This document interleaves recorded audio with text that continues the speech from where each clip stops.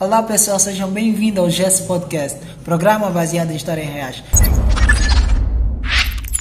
Nuno Soma, olha, nos conta um pouquinho a história da infância, quem na verdade o Nuno Soma é, a família, com quem vives. Isso estamos a falar aqui em Angola, Nuno Soma. Nos conta aí. E aí pessoal, daqui é o Nuno Soma, falo a partir do Brasil, 28 anos de idade, né, casado com uma brasileira. Não tenho filhos ainda, né? Não temos filhos na verdade. Olha, a minha infância foi no Lubito, né? Sou do Kwanza Sul. A minha infância foi no Lubito, no bairro da Luz, no Prédio Branco. Eu tive uma infância muito repleta de todos os bens, né, necessários para uma criança ou um adolescente.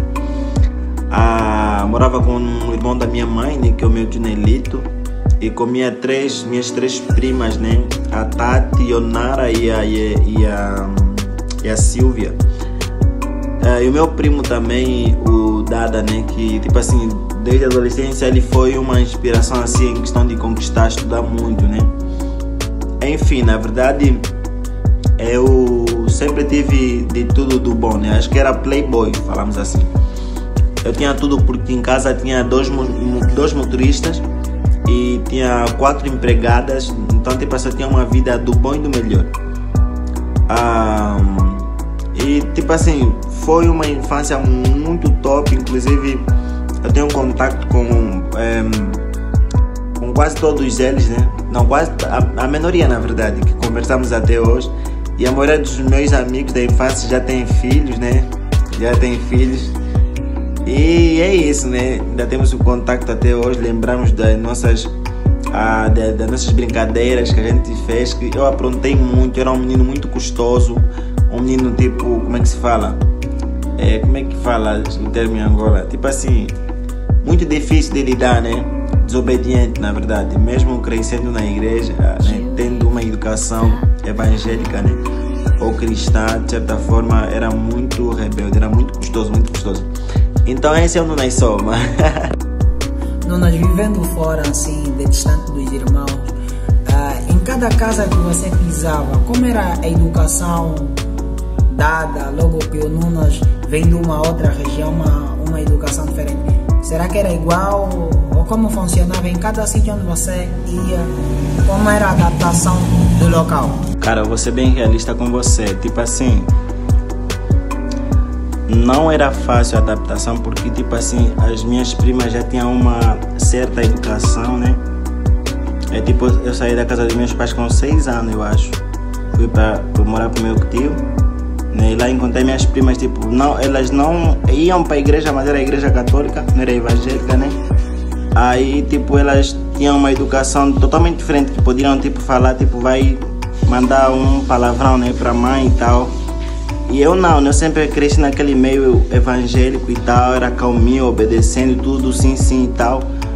Beleza, eu acho que como eu sou muito de adaptações, assim, eu sou muito assim, muito fácil de adaptações, tipo, em qualquer local. De primeira instância, tipo, eu fico meio assim, parecendo tímido, né, mas não por muito tempo. Aí depois começo já me descolando e tal, né, começo já a ir para frente. Então, eu sempre tenho muita cautela, né? Eu verifico muito, sou muito cauteloso assim. Depois que eu verificar, não, beleza, vou entrar de cabeça e tronco e membro, né? Aí já me descolo e dá certo, né? Dá certo. E é sobre isso, né? Mas não é fácil sobre adaptações, né? Porque todo mundo tem uma educação diferente, né? E daí que se a tua também for diferente, vai ter choques, né? Assim como tinha vários choques. E quando eu fui morar com meu tio, tipo, deixei de ir para a igreja, fiquei bons anos sem ir para a igreja, crescendo a minha adolescência. Só que bem lá no fundo a chama do espírito permanecia, né? A chama ainda era bem intacta, assim. Não me deixava fazer muita coisa errada. Sempre eu lembrava que eu era cristão, né? O que a minha mãe deu meus ensinamentos e isso ajudava muito, muito mesmo. Nós gostaríamos também saber como o Nuno se divertia logo que vivia na casa dos tios. E a adaptação era estável. Então, qual era o cotidiano do Nuno Soma na diversão? Depois chegavas para a escola, como você se divertia sendo criança? Cara, primeiro parabéns pela pergunta, né? Como é que eu me divertia? Olha, eu me divertia do seguinte, a gente tinha um pátio, como morávamos no prédio, a gente tinha um pátio, né? O pátio é como se fosse um lugar bem cimentado, que você poderia brincar, onde eram as diversões, né? Beleza, aí a gente fazia o quê? Quando a gente colocava água com a mangueira, jogava água no chão, né? Com bastante sabão e líquido, né? A gente corria de boxa, né? Com roupa interior. A gente corria, se jogava, né? Se arrastando, a gente ia decolando, né? A gente ia escorregando.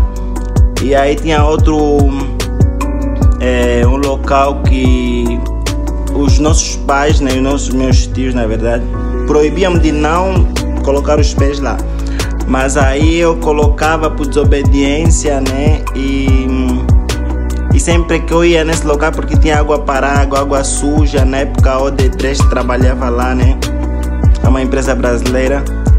E a gente também ia receber comida dos caras que trabalhavam no OD3, né? Incrível que tipo, a gente tinha tudo em casa, mas a gente ia lá porque outros amigos também, a gente seguia, né? Seguia a bala deles, beleza. E chegando lá, a gente se jogava naquela água suja, né? Que tinha bichos e etc.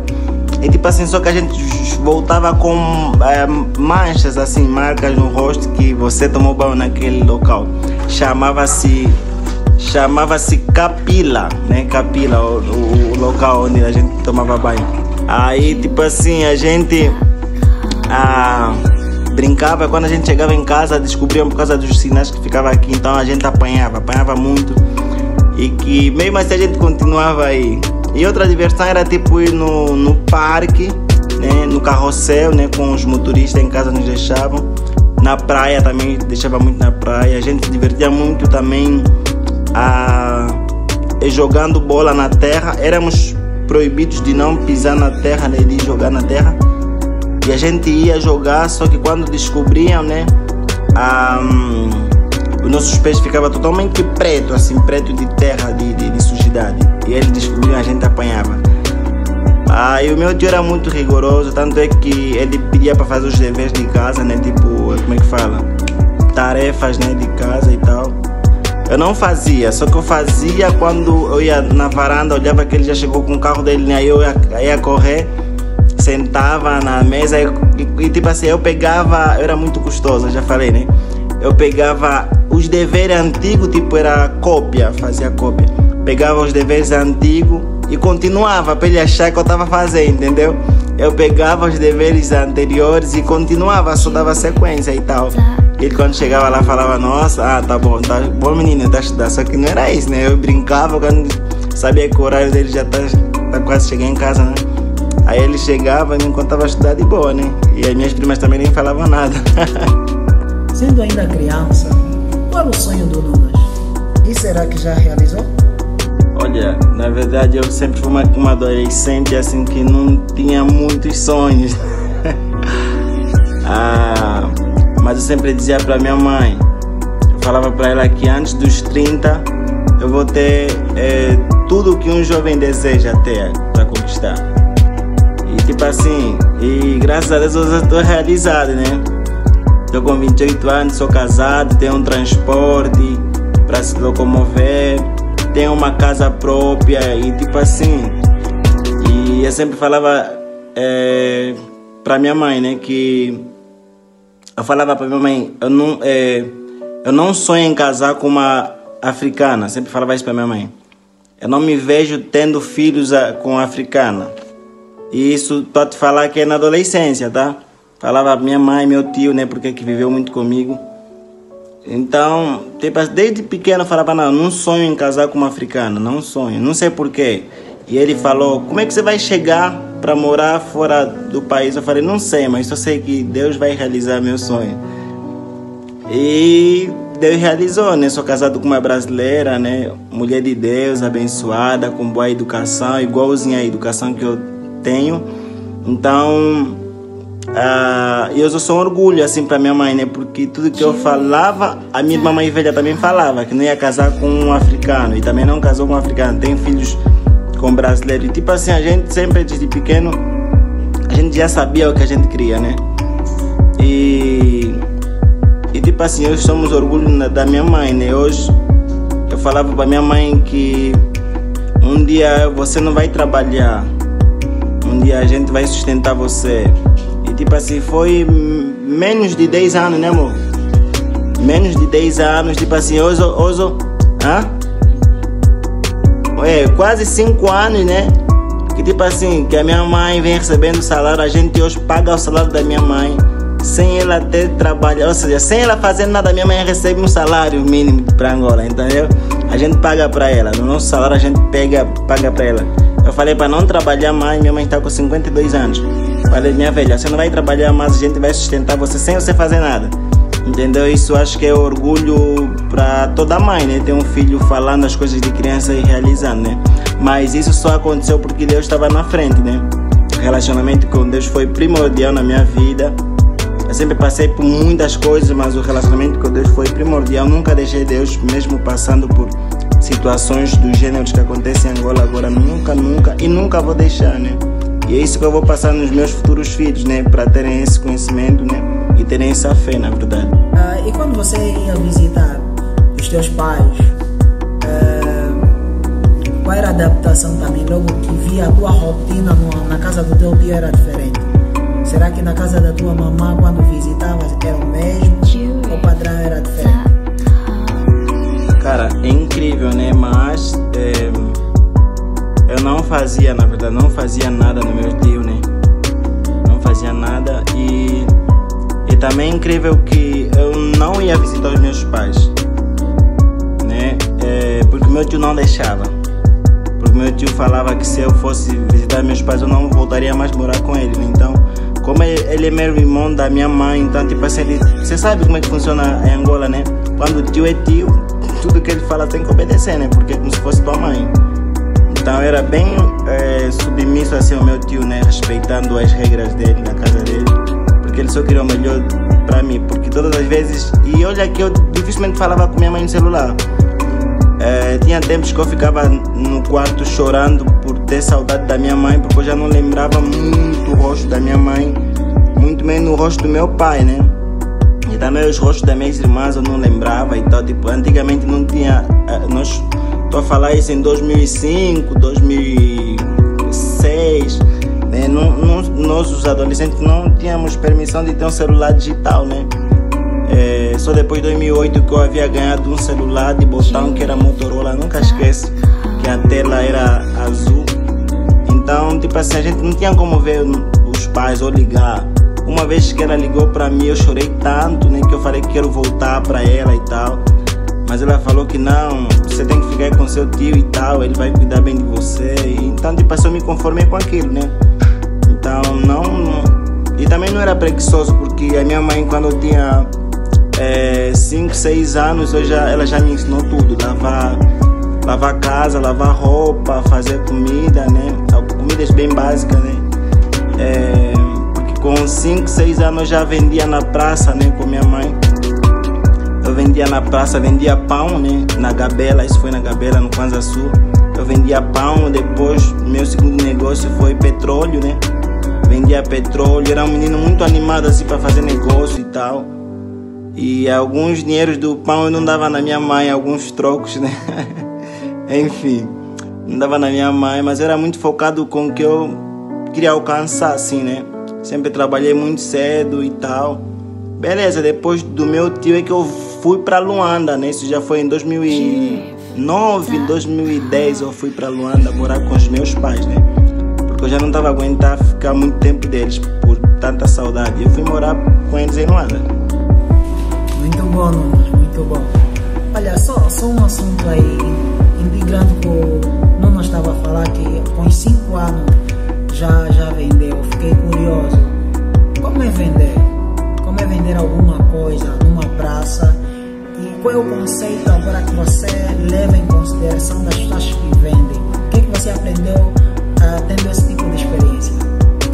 Olha, meu amigo, vender não foi fácil, porque tipo assim, eu queria aproveitar, aí era criança na verdade, né? Eu queria aproveitar e tal o momento, só que eu também tinha que ser responsável ao mesmo tempo pelo momento, porque meu pai saiu tipo da Gabela, né? para Luanda para conseguir melhores condições de vida. E tipo assim, a minha mãe acordava 4 horas, eu tinha que ajudar a acordar para amassar o pão e tal, eu e a minha irmã mais velha. Então tipo assim, era um sofrimento que a gente amassava o pão, né? Não, de noite a minha mãe fazia a janta, né? Que é o jantar, no fogareiro. E aí tipo, nós dormíamos na cozinha, eu e a minha irmã na esteira, tipo, dormindo no lugar que está quente, né? E tipo assim, aquilo foi marcando a nossa, era cicatrizes, sabe? Que poderia nos alavancar, que poderia nos dar tipo assim o upgrade assim para subir, né? E a gente olhava na nossa situação e tal, éramos meninos que ajudavam a mãe. E inclusive o pão da minha mãe era o perfeito, né? Era o pão mais top que a galera procurava naquele tempo. E a gente fazia, acordava às 4 horas, amassava o pão com minha mãe. Não, já era, não, amassávamos tipo 20 ou 10 ou 22 horas. Ou mesmo meia-noite. Aí tipo 24 horas, né? A gente já levantava para poder, né, fazer o pão, né? Colocar já para fermentar e tal. Quando era 5 da manhã, a minha mãe já, o forno já tá quente e tal, ela colocava o pão e tal. E nós lá para as 7, né, tínhamos 6 horas, eu ia para o local, na praça, varria o local, né, jogava água, varria. Lembro que é uma vassoura de fio assim, uma vassoura, não sei como é que fala agora, uma vassoura assim. Aí eu varria e tal, né. E depois já preparava meu lugar e tal. Aí minha mãe levava o pão e eu ficava lá a controlar. O pão normal era mais barato, o pão com manteiga era mais caro, né? E enfim, ao lado também vendia a senhora que vendia abacate. Cara, tipo assim, foi um pouco difícil porque o momento que eu queria brincar não poderia porque tinha que ajudar minha mãe pela situação, né? O meu pai não mandava dinheiro para ela, então a gente se virava, né? Eu lembro-me que eu falo sempre para minha esposa, de lá para cá só lembro que meu pai me dá um presente que é uma bola, né? Uma bola com 5 anos de idade. E lá pra cá eu vinha conquistar minhas coisas sozinho. Eu sempre falava, não, só vou correr atrás, eu vou conseguir. A outra coisa que eu comprei primeiro com meu dinheiro, né? Foi roupa, foi tênis. E depois comprei o meu primeiro violão, né? Então tipo assim, tudo eu fui comprando porque meu pai não estava muito próximo. Na verdade meu pai estava mais longe, né? Trabalhando para ajudar os meus irmãos. Enfim, então... quando você trabalha é pela necessidade, né? Quando você se torna como é que fala, meu bem? Empreendedor, né? É porque é pela necessidade que você vê a situação, não, vou ser empreendedor e tal, vou vender, vou ter negócios, né? Vou alcançar metas e objetivos. É para você alcançar metas e objetivos e crescer na vida também, né? Para você ser um empresário. Mas, tipo assim, na minha idade foi muito complicado, né? Porque eu não queria fazer aquilo, só que pelas necessidades eu tinha que fazer. E hoje eu sou o homem que me tornei por causa desses detalhes todos, né? E tudo só veio se encaixando, que hoje eu falo muito para minha esposa, nossa, meu bem, valeu a pena eu começar a trabalhar muito cedo, valeu a pena. Então não digo que eu perdi toda a minha infância, não perdi. Tipo, eu aproveitei bastante, mas também trabalhei bastante. E hoje o fruto é esse, né? De sustentar minha mãe, né? À distância. Então você que está a investir nessa área, invista mesmo, porque o resultado não vai ser agora, o lucro não será agora, o lucro sempre é no futuro e será bem abençoado, né? Será melhor. Quando chegar lá na frente tu dirás, nossa, valeu a pena fazer isso, valeu a pena me sacrificar, valeu a pena dormir tarde, valeu a pena acordar cedo. Os frutos são esses. E daí que também outros frutos serão para os teus filhos, né? Teus futuros filhos. Para nós sair do assunto já da infância, nos fala quais são os momentos mais felizes e marcantes que o Nunas viveu na sua infância. Depois, nós vamos querer ouvir a história da adolescência e para a juventude. Queremos já também ouvir isso. Uma das fases mais marcantes foram com a minha mãe, quando a gente ia para o Mazung, quando a gente ia lavar a roupa, né, na pedra. Eu levava a roupa na cabeça. Não levava na cabeça. Minha mãe levava na cabeça, minha irmã levava na cabeça. E eu só levava o saco com sabão, sabe? Aquelas barras de sabão azul. E a minha irmã ficava muito brava, né? Porque eu não levava peso. E a minha mãe me ensinava como é que se lavava a roupa. E eu era feliz. Toda vez que eu ficava cansado, eu sentava na pedra, né, por cima da roupa, comendo pão, né? Pão com chá, com manteiga. E esse momento era muito feliz, assim, sabe? Era precioso. Eu hoje imagino de quanto a minha mãe se dedicou, né, para que eu fosse o Nuna e Soma de hoje. Ela brincava muito comigo, né?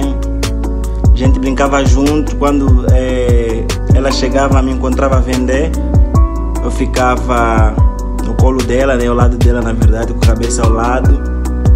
E toda vez que eu ia para casa, a comida estava sempre pronta, né? A gente brincava muito também. Ela contava muitas histórias, assim, muitas histórias mesmo. E ela contava muitas histórias de quem era o Nuna e Soma, né? Como é que eu me comportava e tal. Ela dizia que eu gostava muito de brincar na terra. Na terra, e sempre gostei de usar tênis, sapatinho, na verdade, na época falávamos sapatinho e short, né? Short é tipo calção, usava tênis e calção, gostava muito, muito, e principalmente branco, tênis branco, calção branco. Ela dizia que eu gostava muito disso. Então, tipo, os momentos mais felizes com minha mãe foi essa. E também na igreja, eu ia muito na igreja com minha mãe, muito na igreja mesmo, muito que você nem imagina. Mas qual? E também com os meus amigos, né? Do Lubito, que até hoje eu tenho contato, né? Hoje a gente se orgulha porque alguns já são formados, né? E estão a trabalhar na mesma área. E tipo assim, as conquistas, né? Uns têm filhos, outros não. E tipo assim, outros abrirem seus negócios, né? Eu estou muito feliz porque, tipo assim, eu sei que a vida deles tá certa, porque a gente havia prometido um ao outro que a gente vai vencer na vida. E hoje eu sou o padrinho de um dos filhos da minha amiga, da minha melhor amiga, né, minha best friend. E esses são os momentos assim mais felizes, quando eu banhava por desobediência no rio que era a água era suja, né? E momentos da rebeldia, momentos de dança, momentos da capoeira, do karatê. Então esses foram os momentos mais felizes assim, na minha adolescência, né? Muito, muito feliz. Eu não me arrependi de nada, né? Nada. Nunas, vivendo já com o pai antes de ir no Brasil, o que é que o Nunas fazia logo que veio viver já com os pais aqui em Luanda e viu a realidade dos pais, a situação? Como foi a vivência do Nuna durante essa trajetória antes de ir para o Brasil? Olha, morando já com os meus pais em Luanda, né? O que eu fazia? Eu comecei a trabalhar com meu pai, né? Tinha 12 anos na mecânica. É bem sabido que todos os pais angolanos que têm uma profissão, eles fazem de tudo para passar isso pelos filhos, né? Parecendo na monarquia. Então eu fiquei trabalhando com meu pai durante esse tempo. Meu pai me ensinou a ser homem, né? Me ensinou a ser trabalhador, me ensinou a correr atrás das coisas, né? Para conseguirmos o que a gente quer. Ele dizia que tem que se trabalhar muito.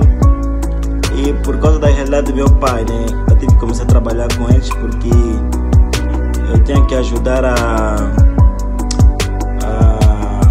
as finanças dele, né, a crescerem, porque eu precisava de dinheiro. Tinha anos que o dinheiro da propina não tinha, né, e eram 6 filhos. Porém, tipo assim, meu pai falou, não, você tem que começar a trabalhar, fazer teu dinheiro e tal, comprar tuas coisas, se organizar.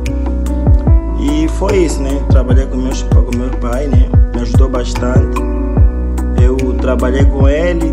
Depois, tipo assim, depois de uns anos, ele deu-me um carro, né? Falou, não, você tá a trabalhar bem, esse é teu carro, começa a fazer tua vida e tal, se organiza. Foi mais ou menos isso aqui. Sendo casado, qual é o conceito, qual é o fortalecimento do teu relacionamento logo com a Amanda Soma? Nós gostaríamos de saber como vocês se baseiam no vosso relacionamento. Meu amigo, nós sustentamos o nosso casamento na base de 3, né? Nosso relacionamento é constituído por 3. Eu, minha esposa e Deus. Ou seja, Deus, eu e a minha esposa. Nada do que foi feito longe de Deus. Deus era tudo para nós e é tudo para nós até hoje, né? Nós sempre sabíamos que para um casamento ser bem solidificado tem que ter Deus, na verdade. Porque a gente já tem uma educação bem forte, né? Bem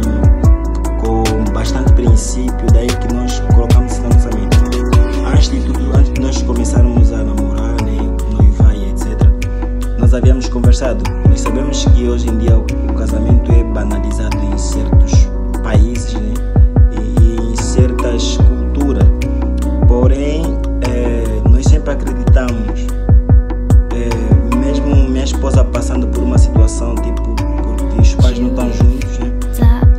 Mas ela sempre teve uma educação bem abençoada, né? Tanto é que eu falei, não, eu também acredito, sempre acreditei no casamento, porque minha avó foi casada e só acabou porque o meu avô morreu, né? E a minha mãe também sempre foi casada, desde os 15 anos dela até hoje é casada. Então, tipo assim, a minha irmã mais velha também é casada até hoje, então eu sempre tive base do que é o casamento, do que é casamento com permanência. E hoje, se não fosse Deus, acho que já não estaríamos juntos, né? Estamos a falar de briga, desentendimento, culturas diferentes, né? Às vezes você está a falar A, ela está a entender B, às vezes ela está a falar B, eu estou a entender A. Mas Deus faz com que nós tenhamos uma compreensão totalmente diferente.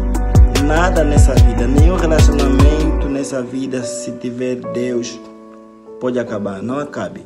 Se tiver Deus, casamento não acabe. Não acabe mesmo. Isso por quê? Porque quando a gente tem a revelação de Deus, quando a gente tem a revelação do Espírito Santo, a gente entende o que é um casamento. A gente entende que a gente é uma noiva, a gente tem que cuidar do nosso noivo, a gente tem que amar, a gente tem que esperar, tem que respeitar, tem que manter a fidelidade. A gente tem que ter princípios que faz com que não machuquemos a nossa parceira. Vendo o casal assim, gostaria que a esposa se apresentasse aqui no programa, que ela é sendo esposa do Nunes.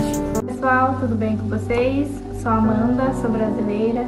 Conheço o Nunes há mais ou menos 2 anos e meio e de casados a gente vai fazer aí 1 ano e 2 meses.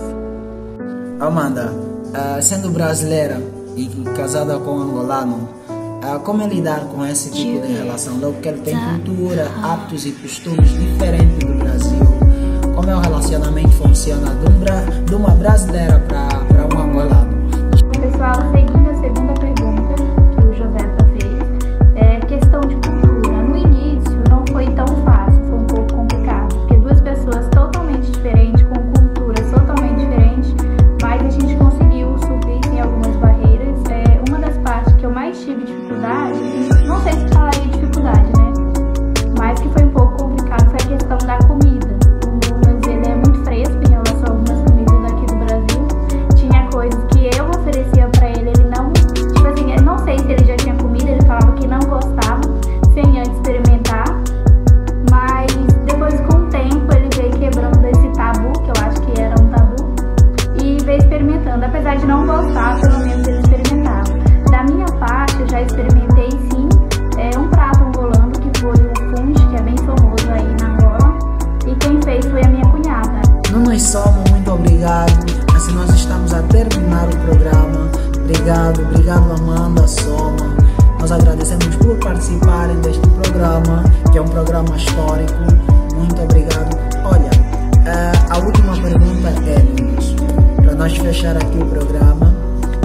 Nunes, quais são as informações ou quais as dicas motivacionais que você dá num jovem que quer ter uma vida sucedida? Meu amigo, eu quem agradeço, né? Eu quem agradeço pelo convite que vocês formularam, né? A minha esposa também agradece muito, que o Senhor seja glorificado por intermédio do teu canal, né? Do teu podcast. Eu que vai abençoar muitas vidas. Ela, na verdade, não tem segredo, né? Para ser motivado, né?